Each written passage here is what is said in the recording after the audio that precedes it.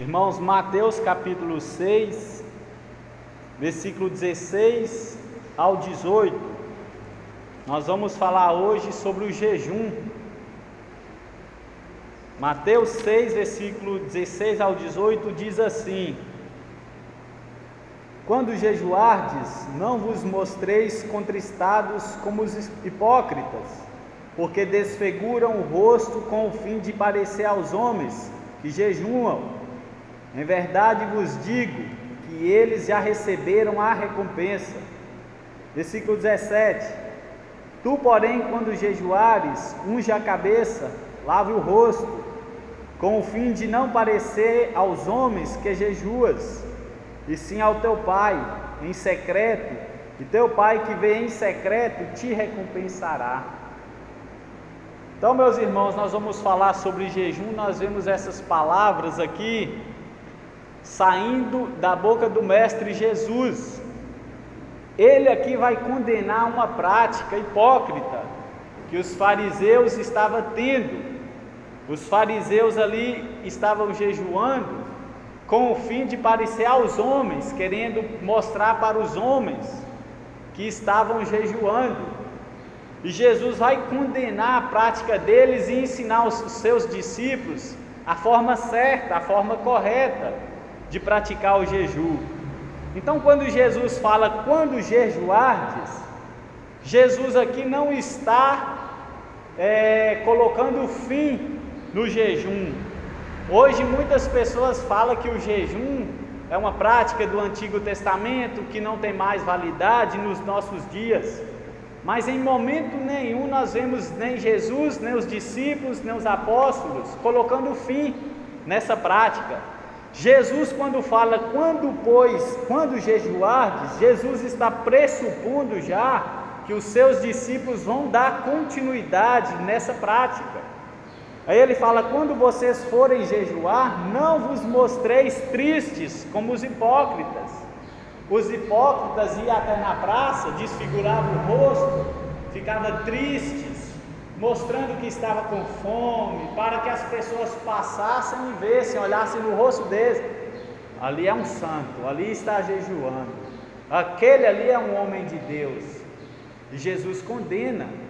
Então Jesus fala para eles lavarem o rosto, a fim de não parecer aos homens que jejuam, porque eles que faziam isso, eles já tinham recebido a recompensa deles. E qual que era essa recompensa que eles já tinham recebido? O elogio do homem. Não passou de elogios, de pessoas olhar para eles e elogiar, levantar os seus egos e depois acabar. Então, meus irmãos, nós vivemos dias onde muitas pessoas que fazem algo para Deus ou algo para a sua edificação própria, querem mostrar, e Jesus condena essa prática. E nesta manhã nós vamos ver o que Jesus requer, o que é o jejum, para que serve o jejum. Muito pouco nós temos ouvido falar sobre o jejum. Eu quero perguntar para você com uma pergunta retórica: você tem jejuado? Quantos dias você jejua na semana? Você observa essa prática? Ou você nem sequer sabe o que é? Você sabe o que é jejum? Você ao menos já ouviu falar o que é o jejum bíblico? Para que jejuar? Essa prática é uma doutrina bíblica e é para os nossos dias e para o nosso tempo. Nós precisamos mais do que nunca colocar em prática o jejum. E nós vamos ver aqui Jesus dizendo que o jejum é um ato normal para ser observado. E é um ato normal para os crentes, para os cristãos. Lá em 1 Coríntios, no capítulo 7, versículo 5, Paulo vai dizer assim, se você quiser abrir para conferir, pode abrir. 1 Coríntios 7, 5. Nós vimos que é uma prática que o povo do Novo Testamento deu continuidade. 1 Coríntios 7, 5 diz assim: não vos priveis um ao outro, senão por consentimento mútuo, para que algum tempo para vos aplicardes ao jejum e à oração, e depois ajuntai-vos outra vez. Talvez na sua tradução aí está só falando para ajuntar a oração, mas em outras traduções a Bíblia vai dizer que para aplicardes ao jejum e à oração. Ou seja, então o apóstolo Paulo está mostrando, ensinando, doutrinando os seus seguidores a praticar o jejum. Ou seja, nós precisamos jejuar. Nós precisamos colocar em prática essa ordenança. Então, o que é o jejum? Jejum é a abstinência de alimento, abstinência de alimentos por espírito de mortificação. É uma dieta, é uma privação de algo, é uma renúncia. É quando eu abro mão de fazer o que eu quero para mortificar a carne. Isso é o jejum. Existe o jejum, meus irmãos, de duas maneiras: o jejum parcial e o jejum total. O parcial é quando aquele que você na sua oração apresenta a Deus, que vai fazer um jejum somente com água, passando com água. Talvez você tenha problemas de rins ou algum problema que necessita de beber água. Então, na sua oração, antes de colocar em prática, você apresenta a Deus: Senhor, esta manhã eu quero jejuar em prol isso, para que o Senhor possa ter misericórdia de mim, me responder nessa área, e esse jejum eu vou fazer somente com água, bebendo água, e mesmo assim não é aproveitar que é com água e encher a barriga, estar com fome e encher, não, é só para de vez em quando você dar uma molhada. Então o jejum é uma abstinência de alimentos, ou então o total, que é tudo. Aí você vai abster da água e dos alimentos e de tudo aquilo que você tem a prática normal cotidiana. Celular é um momento de deixar, abster um pouco do celular, abster um pouco do alimento, do café da manhã. Isso é jejum, abster-se com o espírito de mortificação. É uma dieta, é uma privação de algo, é quando você renuncia a algo. Agora, para que jejuar? O jejum não está ligado a barganhar com Deus. Eu vou jejuar, vou oferecer um jejum para Deus, para que Deus me dá um carro, para que Deus me dá uma namorada. Eu vou jejuar para que eu jejuando, Deus me responde com tal coisa, com tal bênção. Isso é uma barganha. Isso não é um jejum que Deus agrada, é uma prática que Deus não se agrada. O jejum não está ligado a barganhar com Deus, por querer algo em troca. Olha, Deus, eu vou jejuar, mas o Senhor tem que me dar isso, porque eu vou jejuar. O jejum não é só abster de algo, vai muito além da abstinência. Pode falar, meu irmão. Seria assim, você sacrifica a carne para alimentar o espírito. Muito bom. Adeus falou aí, é isso. Você sacrifica a carne, os desejos da sua carne de comer algo, é um domínio próprio para você alimentar o seu espírito. Olha só, o jejum é onde você tem a oportunidade de colocar o domínio próprio em prática. Por quê? Nós somos seres humanos, nós temos gosto, desejo. Talvez você quer comer tal coisa, está ávido para comer, com sede mesmo. Mas quando você coloca o jejum em ação, você vai dominar a sua vontade. Eu não vou comer, eu não posso comer, eu vou jejuar. Então você vai dominar os seus desejos, o seu gosto. Então, meu irmão, o jejum vai muito além. É o que o irmão falou, é você deixar de comer o pão da terra para alimentar do pão do céu. Muitos pastores falam isso. É você deixar, abrir mão dos seus desejos carnais para alimentar o espírito que habita em ti. Então o jejum está ligado a isso. não é algo em troca. Muitos não falam sobre jejum, muitos não motivam os seus membros, a sua igreja, a praticar o jejum, ou seja, falta incentivo dos nossos líderes, dos pastores, de alguém que está à frente a motivar os seus membros, os seus seguidores a praticar. Agora, o jejum, meus irmãos, está ligado à tristeza. Eu preciso jejuar quando eu estou triste, não é quando eu estou alegre. Abra sua Bíblia comigo, por favor, em Mateus 9. Mateus 9, versículo 14 e 15 vai falar sobre isso, que o jejum está ligado à tristeza.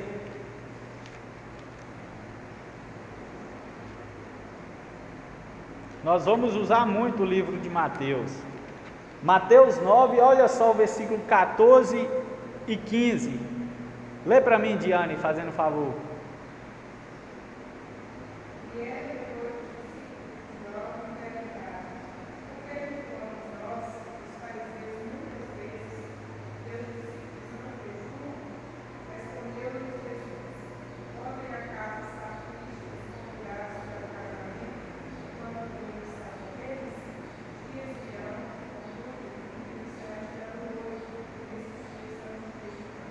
Isso. O jejum está ligado à tristeza.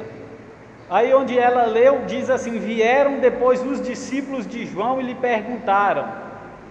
Ou seja, João tinha seus seguidores, João Batista. E ele chegou e dizemos: por que jejuamos nós e os fariseus muitas vezes e teus discípulos não jejuam? Ou seja, os discípulos de João vai até Jesus e pergunta: por que nós jejuamos e muitas vezes os fariseus e os teus, os apóstolos, os discípulos não jejuam? Jesus então responde: podem acaso estar tristes os convidados para o casamento enquanto o noivo está com eles? Em outras palavras, Jesus está querendo dizer: enquanto eu estou com vocês, não há motivo de vocês jejuar. Vocês estão alegres, a minha presença vos alegra. Aí ele fala: mas dias virão, contudo, em que lhes será tirado o noivo, e nesses dias hão de jejuar. Olha só, quando eu for tirado da presença de vocês, então vai haver a necessidade de jejuar, porque vocês estarão tristes. Ninguém põe remendo de pano novo em veste velha, porque o remendo tira parte da veste e fica maior a rotura. Nem se põe o vinho novo em odres velhos, do contrário, rompem-se os odres, derrama-se o vinho e os odres se perdem, mas põe-se o vinho novo em odres novos, e ambos se conservam. Aqui eles estão falando do novo e do antigo. Então, meus irmãos, está ligado à tristeza. Talvez você está triste com algo, com um problema que não está tendo solução e está te levando à tristeza. É um momento propício para o jejum. É o momento de você jejuar e falar com Deus: Senhor, tal situação está me deixando muito triste e eu não estou vendo solução. Eu quero nesta manhã oferecer ao Senhor este jejum, para que o Senhor, conforme a sua vontade, se for do teu querer, o Senhor me responde, tira essa tristeza, responde a minha oração, e você vai recorrer a Deus. Então está ligado à tristeza. Salvação dos nossos entes queridos está ligado à tristeza. Você fica triste porque eles não são salvos. É um momento propício para você jejuar em prol da salvação, conversão deles. Então, meus irmãos, é isso. O que mais? O jejum está associado à oração. Ou seja, no momento de jejum, não é só o jejum, você tem que estar em espírito de oração. Olha só, Mateus 17, versículo 21. Vamos ler, Mateus 17, 21.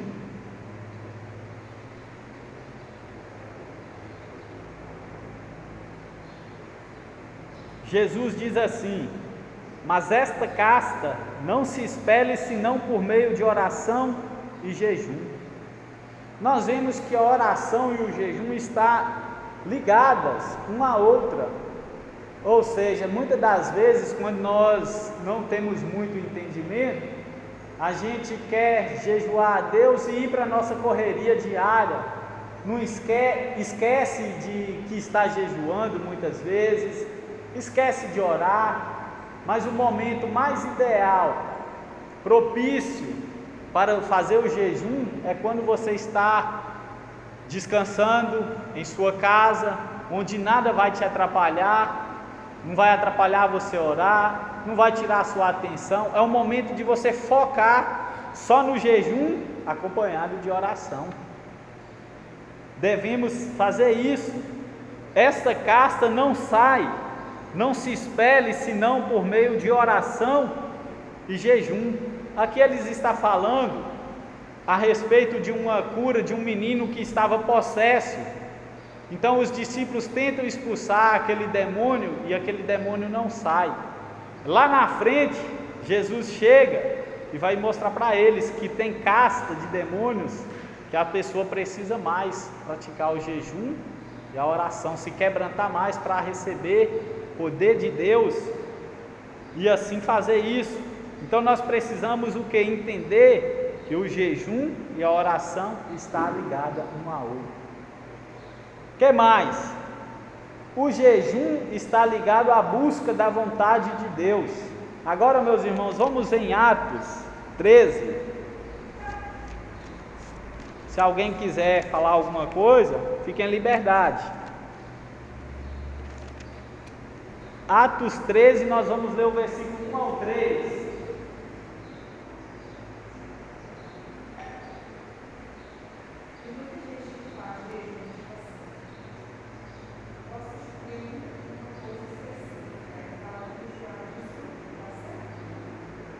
Muito boa pergunta. É o jejum de Daniel.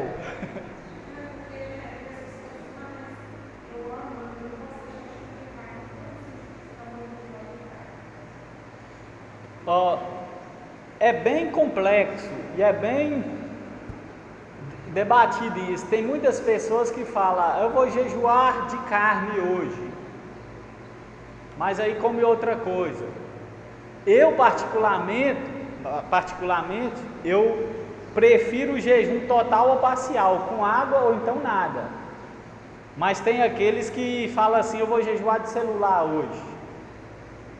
Eu creio que isso, tem muitos que falam que é aprovado, mas o meu entendimento seria de abstinência de alimento ou com água, para ser se você não comer carne, mas talvez você vai comer algo que vai te encher. Logo, cadê o sacrifício, né?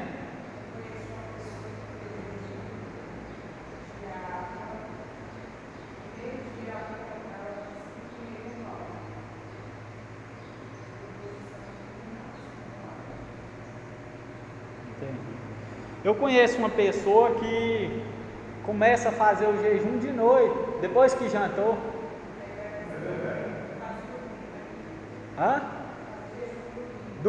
Faz dormir, acorda cedo e vai tomar café. O entendimento é esse, né? O jejum é o sacrifício da carne. Às vezes você está fazendo o sacrifício do seu desejo.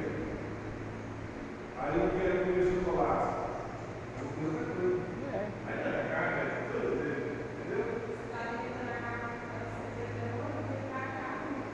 Não pode comer carne.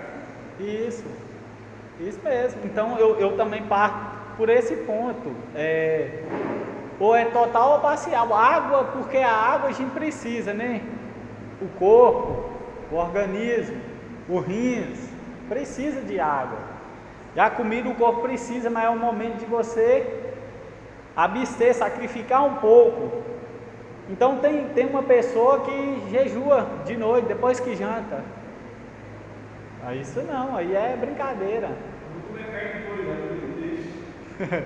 Às vezes deixa de comer a carne de boi e vai comer carne de frango. Todo jeito, está fazendo algo que gosta. O jejum está ligado à busca da vontade de Deus. Atos 13, versículo 1 ao 3, diz assim: havia na igreja de Antioquia profetas e mestres: Barnabé, Simão por sobrenome Níger, Lúcio de Cirene, Manaém, Colasso de Herodes, o tetrarca, e Saulo. E servindo eles ao Senhor e jejuando, disse o Espírito Santo: separai-me agora Barnabé e Saulo para a obra a que vos tenho chamado. Então, jejuando e orando, impondo sobre eles as mãos, o despediram. Então, meus irmãos, aqui, o que é que nós vemos aqui? Barnabé e Saulo, eles estavam ali reunidos com alguns mestres, e eles vão orar e jejuar, buscando a vontade de Deus. E nós vimos que eles oram e jejuam, e servindo ao Senhor, jejuando, disse o Espírito Santo: separai-me agora Barnabé e Saulo para a obra que vos tenho chamado. Então, nesse ato que eles estão jejuando e orando, Deus usa algum dos profetas e fala com eles que Deus queria Barnabé e Saulo para a obra, ou seja, eles estavam buscando a vontade de Deus, e a vontade de Deus foi respondida para eles. E então, jejuando e orando, impondo sobre eles as mãos, os despediram. Busque a vontade de Deus, meus irmãos, através do jejum. O jejum está ligado à busca da vontade de Deus. Talvez vai chegar um momento em sua vida, se já não estiver acontecendo, você precisa de uma resposta.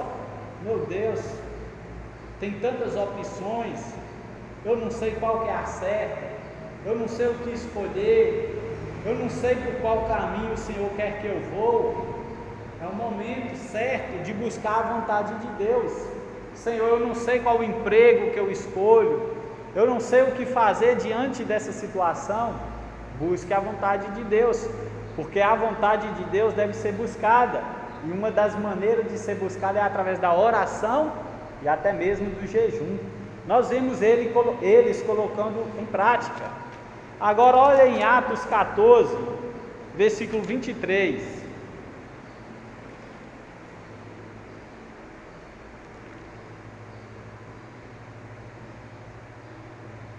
Atos 14, versículo 23, diz assim: e promovendo-lhes em cada igreja a eleição de presbíteros, depois de orar com jejuns, os encomendaram ao Senhor em quem havia crido.